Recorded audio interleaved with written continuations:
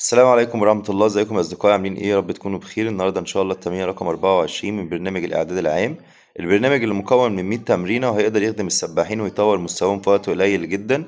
من أول تمرينة واحد لغاية تمرينة 100 ممكن تشتغل عليهم فترة 6 شهور مثلا ولا حاجة. هيطلع مستويات سباحين ممتازة جدا معاك، وهتقدر تطور السباحين اللي معاك. بس تتابع التمرينات اللي أنا بنزلها لك كل يوم. بنزل لك التمرينة وبشرح لك وبقول لك إن التمرينة دي مكونة من مجاميع أساسية، والمجاميع الأساسية مكونة من مجاميع فرعية.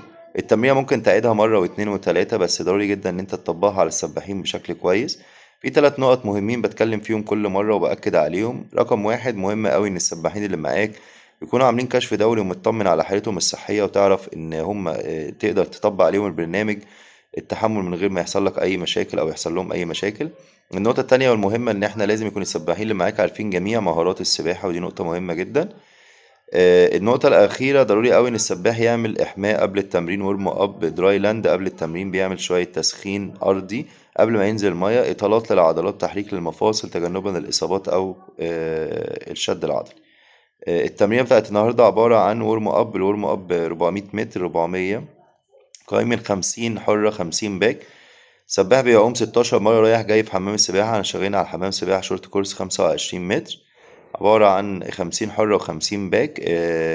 بيبقى بنعلم السباح ازاي يطلع من الحرة للباك، وازاي يعمل 50، وازاي يعمل الترن، وازاي يعمل ستريم لاين. عندنا 16 ستريم لاين، عندنا 15 ترن. مهم أوي إن السباح يأدي جميع المهارات دي في المية بشكل سليم، علشان ده اللي هيطور مستواه، يخلي إحساسه عالي بالمية، يخلي فيه ما بينه وما بين المية دايناميك، يعني بيقدر يحس بالمية وبيعرف كل تحركاته وبيعرف كل المهارات اللي هو بيعملها. مهم أوي إن السباح يطلع من الحرة للباك، ويطلع من الباك للبريست. فضروري أوي إن يكون السباح شامل بجميع المهارات الخاصة بالسباحة. عندنا البري مين، بداية الأهداف الخاصة بالتمرين أو بالوحدة التدريبية بتاعت النهاردة: 8 في 25 كيك بورد سترونج، 90% الشدة والراحة 30 ثانية. يعني السباح بيبقى ماسك البورد بإيده الاتنين، راسه بره المية، جسمه ثابت، راسه رجليه شغالة، الإيقاع بتاعها 90% ثابت. بتقيسه طبعا في 25، وبتحاول تقرب الأرقام بتاعت التمانية اللي فاضلين معاك. الراحة بتاعتنا 30 ثانية، فمهم جدا ان انت تقول للسباح شد على رجلك، ثبت راسك. بتبدأ تديله شوية تعليمات خاصة بالأداء بتاعه. لو كويس بتقول له عايش يا بطل، استمر وثبت الرقم ده. عندنا المين سيت النهاردة عبارة عن كيلو 150 متر. ركز معايا يا بطل عشان التمرينة اللي جاية دي مهمة جدا. عندنا 800 فري ستادي بيس، 90%، يعني السرعة بتاعتك ثابتة. الريست بتاعنا من 20 ل 30 ثانية. التمرينة دي اسمها هاي بوكسنج بريسنج دريل، يعني السباح بنشتغل معاه على تحملات النفس. عبارة من أول الأولى لغاية التامنة. البريس بتاعها ايفنج، يعني بيتغير كل المية الأولى كل 3 نفس، المية التانية كل 5 نفس، المية التالتة كل 7 نفس، المية الرابعة كل 9 نفس. بعد كده بنعيد المية الرابعة كل 9 نفس. بعد كده المية الستة كل 7 نفس، المية السابعة كل 5 نفس، المية التامنة كل 3 نفس. مطلوب منك يا بطل إن أنت تركز قوي في التمرينات دي، لأن لو اتعملت صح تخلي السباح اللي معاك يتطور بشكل كبير جدا. ركز مع السباحين اللي معاك وفهمهم يعني ايه الهاي بوكسنج بريسنج دريل، وعلمهم التمرينات دي، وفهمهم ان النفس لازم يبقى بشكل معين. طبعا اصعب حاجة بتكون التسعة، والتسعة اللي هي الرابعة والخمسة، دول صعبين شوية، ولكن بيبقى التطور بتاعها باين جدا. المجموعة التانية عندنا 200 اي ام individual ميتلي كيك، 25 سترونج، 25 ايزي، 85% الشدة والراحة 40 ثانية. عملناها التمرين اللي فاتوا اللي قبلها، ان احنا بنعوم 50 على كل عومة: 50 وسط دولفين، 50 وسط 50 رجلين باك، 50 رجلين بريست، 50 رجلين حرة. في ال25 الأولى، في ال50 بتاعة وسط الدولفين، بيبقى السباح رايح وسط الدولفين قوي وراجع ايزي. مفيش في السترونج مفيش جلايد، في الايزي ممكن الثبات عدتين تلاتة، وهكذا في الباك، هكذا في البريست، هكذا في الحر. بعد كده هنخش النهاردة على السبرنتات: 6 في 25 فري ويز دايف فاست، 100%. السرعة والراحة بتاعتك 30 ثانية.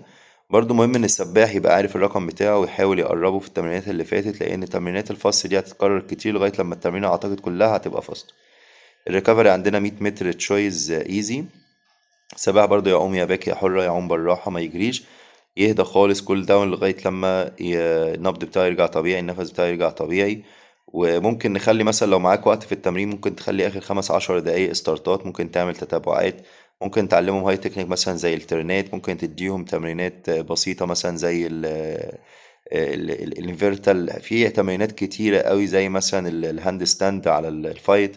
في تمرينات كتيرة قوي لو التمرينة ما كفتش معاك، لأن المفروض التمرينة دي ساعة، تمام، وبتبقى من سن 11 سنة لسن 15 سنة. في نقطة مهمة برضه حابب أتكلم فيها، إن التحديات مهمة جدا، وهي دي اللي بتطور السباحين، تخلي السباح يبقى قايم بشكل كويس ودايما بيحافظ على الأداء بتاعه. عايز اقول لك برضو على معلومة مهمة، ان السباحين بتوعك لازم تكون متابع القياسات بتاعتهم، وعارف هما بيجيبوا ال25 كام ثانية، ال50 ال100 ال200 على كل عومة، على الحر على الباك على البريست على الدولفين. ولكن ما ينفعش نقيس مثلا 200 دولفين وهو السباح في ال50 دولفين بالتكنيك بتاعه بيقع مثلا من بعد ال25. تابعنا بطل الفترة اللي جاية، واعرف ان انا كل يوم بنزل لك تمرينة. ولو عجبك التمرينة بتاعت النهاردة اعمل لي لايك وسيب لي كومنت واعمل اشتراك في القناة، وقول لي انت بتتابعني منين. شكرا لكم يا شباب، واتمنى لكم التوفيق. شباب، انا حبيت اقولك بس ان التمرين هيبدأ يشد الفترة اللي جاية، فتابع التمرينات واعرف ان التمرين ده احنا حاليا في فترة الاعداد العام. هتلاقي المجاميع الطويلة موجودة في التمرين، هتلاقي بنشتغل على تمرينات النفس، بنشتغل على تمرينات التحمل، بنشتغل على تمرينات في الاول. بس ان شاء الله هتلاقي ان التمرين بدأ يشد واحدة واحدة. التمرينات بتاعت السرعة اللي بتبقى موجودة في اخر كل تمرينة هتبدأ تزيد مع الوقت معانا. فاعرف ان البرنامج ده مكون من 100 تمرينة. ال100 تمرينة دول ان شاء الله انا هنزل لك كل يوم تمرينة نتكلم فيهم عن اشرحهم لك شرح كامل، وهكلمك عن الدريلات اللي فيهم. هقرا لك التمرينة واقول لك بتتكون من ايه وبتطبقها ازاي. خد بالك ان التمرينة دي انت ممكن تطبقها 3 مرات لو انت مثلا السباحين اللي معاك الحضور ما كانش احسن حاجة.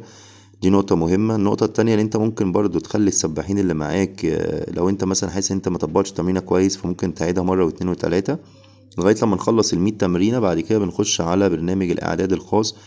ازاي بقى؟ يعني أنا جالي كذا سؤال بيقول لي ازاي يا كابتن يعني أقسم المدة بتاعتي. احنا دلوقتي مثلا وليكن عندنا بطولة في شهر واحد، البطولة دي بتخلص في نص واحد، والبطولة اللي بعديها مثلا في شهر ستة. أصبح انت دلوقتي عندك 5 شهور. في خلال ال5 شهور دول انت ممكن تشتغل 3 شهور إعداد عام، شهر ونص إعداد خاص، وهيبقى عندك 15 يوم فترة الراحة اللي هي ما قبل البطولة. بتقسم التمرينة بتاعتك ازاي او بتحطها ازاي؟ البرنامج ده بيكون مرن، ولكن هو ممكن تطبقه على الناشئين من اول 11 سنة لغاية 15 سنة، وغير متغير. يعني ممكن في كل سيزون تشتغل نفس البرنامج ده وتطبق، وجاب نتائج هايلة مع ناس كتيرة قوي. فعايز اقولك ان التمرين طبقه زي ما هو كده بحذافيره، من اول تمرينة واحد لغاية تمرينة 100، على حسب المدة اللي معاك. مثلا ما لحقتش تخلص التمرينات، وصلت لغاية النص، فبرضه بيكون وصل لأهدافه. ولكن ما تبدأش تشتغل تحملات على السباحين غير لما يكون، ما تبدأش تشتغل سرعات مع السباحين غير لما يكون عندهم تحمل، لأن التحملات هي اللي بتجيب السرعة، ولكن السرعة ما تجيبش التحمل. تابعني يا بطل الفترة اللي جاية، واعمل لايك لو عجبك الفيديو، وسيب لي قياسات السباحين اللي معاك في ال50 وال100 وال200 على كل عومة، وإن شاء الله نتواصل معاك عشان نوصل لأفضل نتائج. شكرا يا شباب.